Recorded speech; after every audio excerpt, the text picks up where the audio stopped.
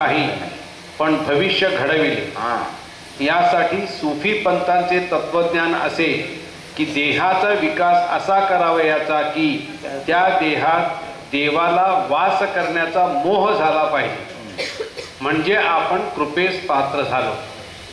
आता तुम्ही कृपापात्र झालात म्हणजे काय? कृपा झाली म्हणजे तुम्हाला काय दिले? 2 वर्षापूर्वी श्री पंतांना सांगितले, भक्ती सुख जरी अनेक जन्म हे सिद्ध करून द्या। आता भक्तीचं सुख आहे म्हणजे काय अर्थ कळत नाही। भक्ती सुख आहे काय करते? प्रथम दत्ता दया करी असं म्हटल्यानंतर अर्थ कुठे जात होता? इकडे। आणि आपण काय विचार करत होतो? बुद्धी दया केली, दत्ता केलं नाही, अजून काम झालं नाहीये। आणि नंतर जेव्हा विकास होईल त्यावेळेला दत्ता दया करी ते कानातून इतर हृदयाकडे झाली।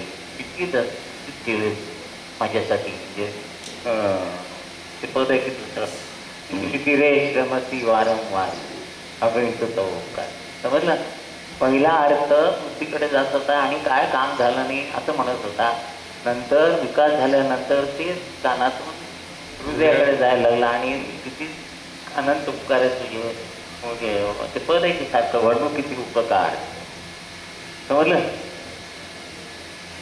तर भक्तीचं सुख आहे म्हणजे काय झालं केव्हा जायचं? आता विकास झाल्यावर कानातून हृदयाकडे जातं विकास झालं म्हणजे काय की देहाचा विकास झाला, हा अनुभव आला, बरोबर आहे? पद्धतीच होती पण पहिल्यांदा अर्थ वेगळा लागत होता।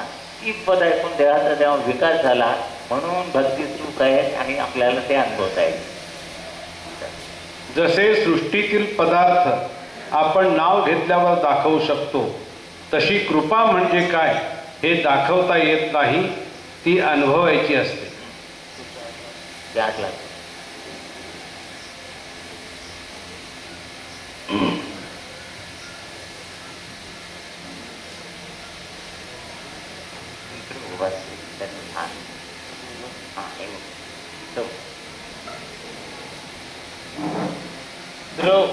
म्हणजे पातळ पदार्थ, द्रव्य म्हणजे घन पदार्थ किंवा दौलत, हे दोन्ही पदार्थ देहात आहेत।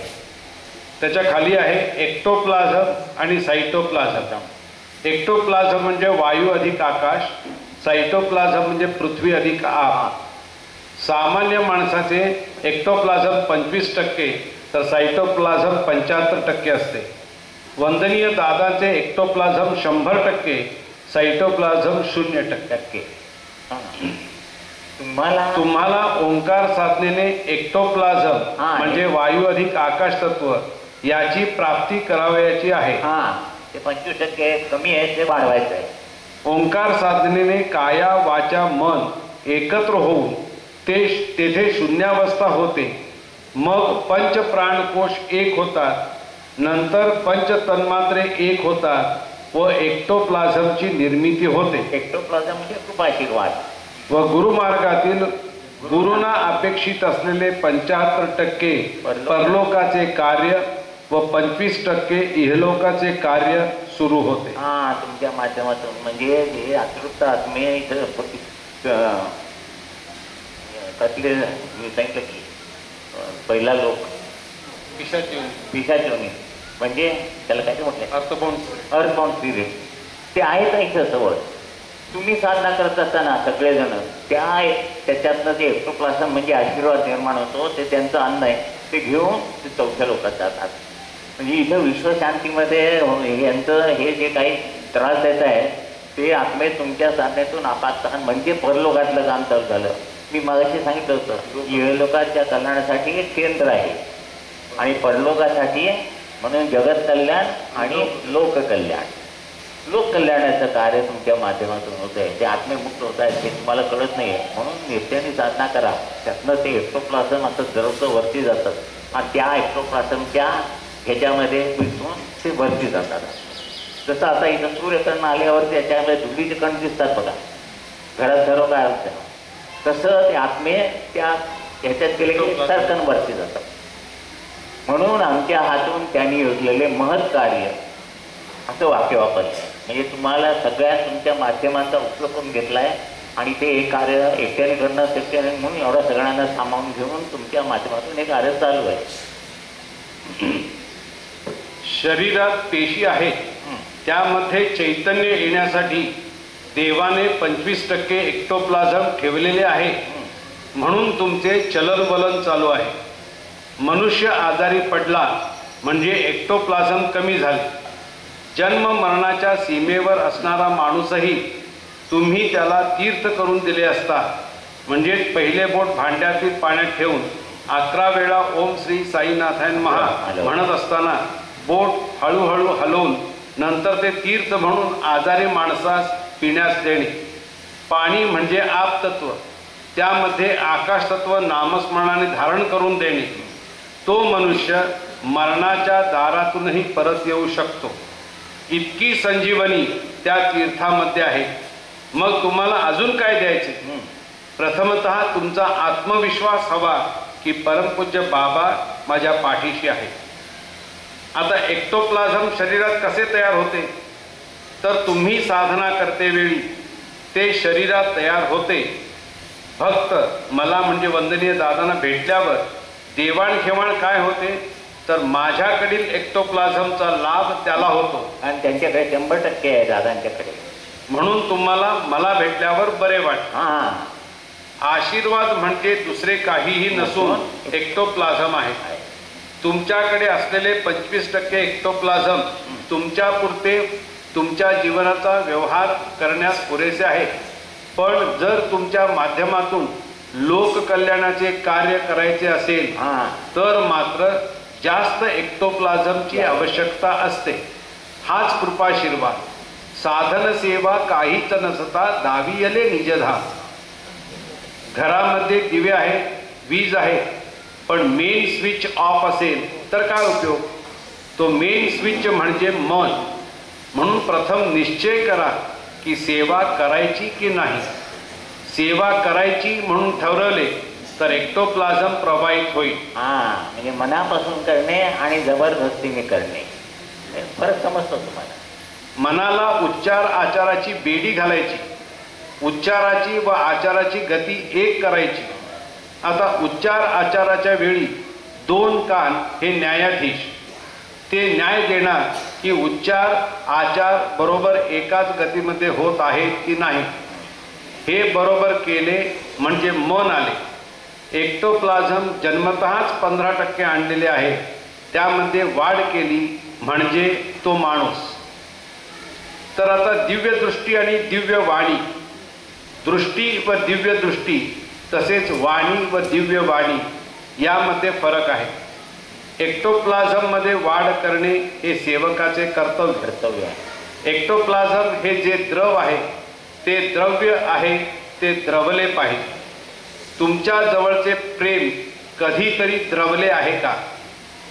ओंकार पूर्ण 12 अंगांनी केला तर 5 प्राणकोश व 5 तन्मात्रे एकरूप होतात व एक्टोप्लाझमची निर्मिती होते. म्हणजे ओंकार साधना केली की हे सगळं आपाप होतं. ते का होतं, कसं होतं? मी मला सांगितलं, गाईला इकडे खारला घातल्यानंतर आपण दुर्बीण लावून त्या पोटात दूध कसं तयार होतं बघत नाही. तिकडे दूध येतं ते काढून घ्यायचं. म्हणून गुरुने सांगितलं ते विश्वासाने साधना करायची, म्हणजे हे सगळं माहिती व्हावं म्हणून सांगितलंय. म्हणजे तुम्हाला प्रत्येकाच्या माध्यमाचा त्यांना उपयोग करून घ्यायचा आहे आणि ते घेत आहेत. ओंकार संथेने 12 अंगांनी करून हार्मोन्स मधील पाण्याची वाफ करायची आहे व ती शरीराबाहेर टाकायची. व्यक्त अव्यक्त संथेने हार्मोन्स मधील पाणी कमी होते. डाव्या हातात पंचतत्वे आणि उजव्या हातात 5 प्राणकोश. 5 बोटातील 1 बोट जरी काम करीत नसेल तर नीट घास घेता येत नाही. तर तुम्ही जगत असलेले जीवन आजपर्यंत 5 कोशांऐवजी 2च कोशांचे होते. कसे जगत असाल? जगण्याचा हक्क तुम्हाला आहे का? कारण इतर 3 कोश सुप्तावस्थेत, विज्ञानमय, विज्ञानमय, मनोमय, विज्ञानमय आणि आनंदमय, आत्मिक. मग जगण्याचा अनुभव पूर्णपणे कसा येणार? देवाकडे काही मागायला जाल तर देव म्हणेल जे जे दिलेले आहे त्याचा अधिक पूर्ण वापर कर. डावा हात पिंड व उजवा हात ब्रह्मांड. लाडू वळताना डाव्या हातावर उजवा हात आणला पाहिजे. तळ हातावर उंचवटे आहे, त्यातून संवेदना प्रवाहित होतात. कोशांचा धर्म म्हणजे एकत्र होणे, म्हणजे अभयदान. दोन्ही हात वर केले म्हणजे शरण, मग शत्रूही मारत नाही.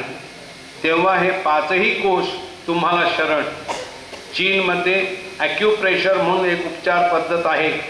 ती शरीरातील उंचवट्यावर आधारित आहे. तळहाताच्या उंचवट्यामधून प्रवाहित होणारी शक्ती न्यासाद्वारे शरीरात धारण होऊन काया वाचा मन पंचप्राण कोश व पंच तन्मात्रे ही सर्व एक होण्यास मदत होते व एक्टोप्लाझम तयार होऊन ते द्रवते. अर्थबाउंड स्पिरिट्समधील आत्म्यांना एक्टोप्लाझमची आवश्यकता असते. ते एक्टोप्लाझमच्या अभावी मुक्त होऊ शकत नाही. स्पेसमध्ये फिरतच राहतात. अशांना मुक्ती देण्याचा मार्ग 12 वर्षांपूर्वी मागितला. काही आत्मे नाग योनीतून 32 शिराळा येथे जाऊन मुक्ती प्राप्त करतात, तर काही आत्मे फिरतच राहतात. काही साधकांना गंध या तन्मात्रेतून त्यांची जाणीव होते. आपले साधन हे आपल्यापुरते मर्यादित राहता कामा नये. आपण इथे म्हणजे इहलोकात आहोत. आपल्याला देह आहे, पण हे जे आत्मे मुक्त होऊ इच्छितात त्यांना देह नाही.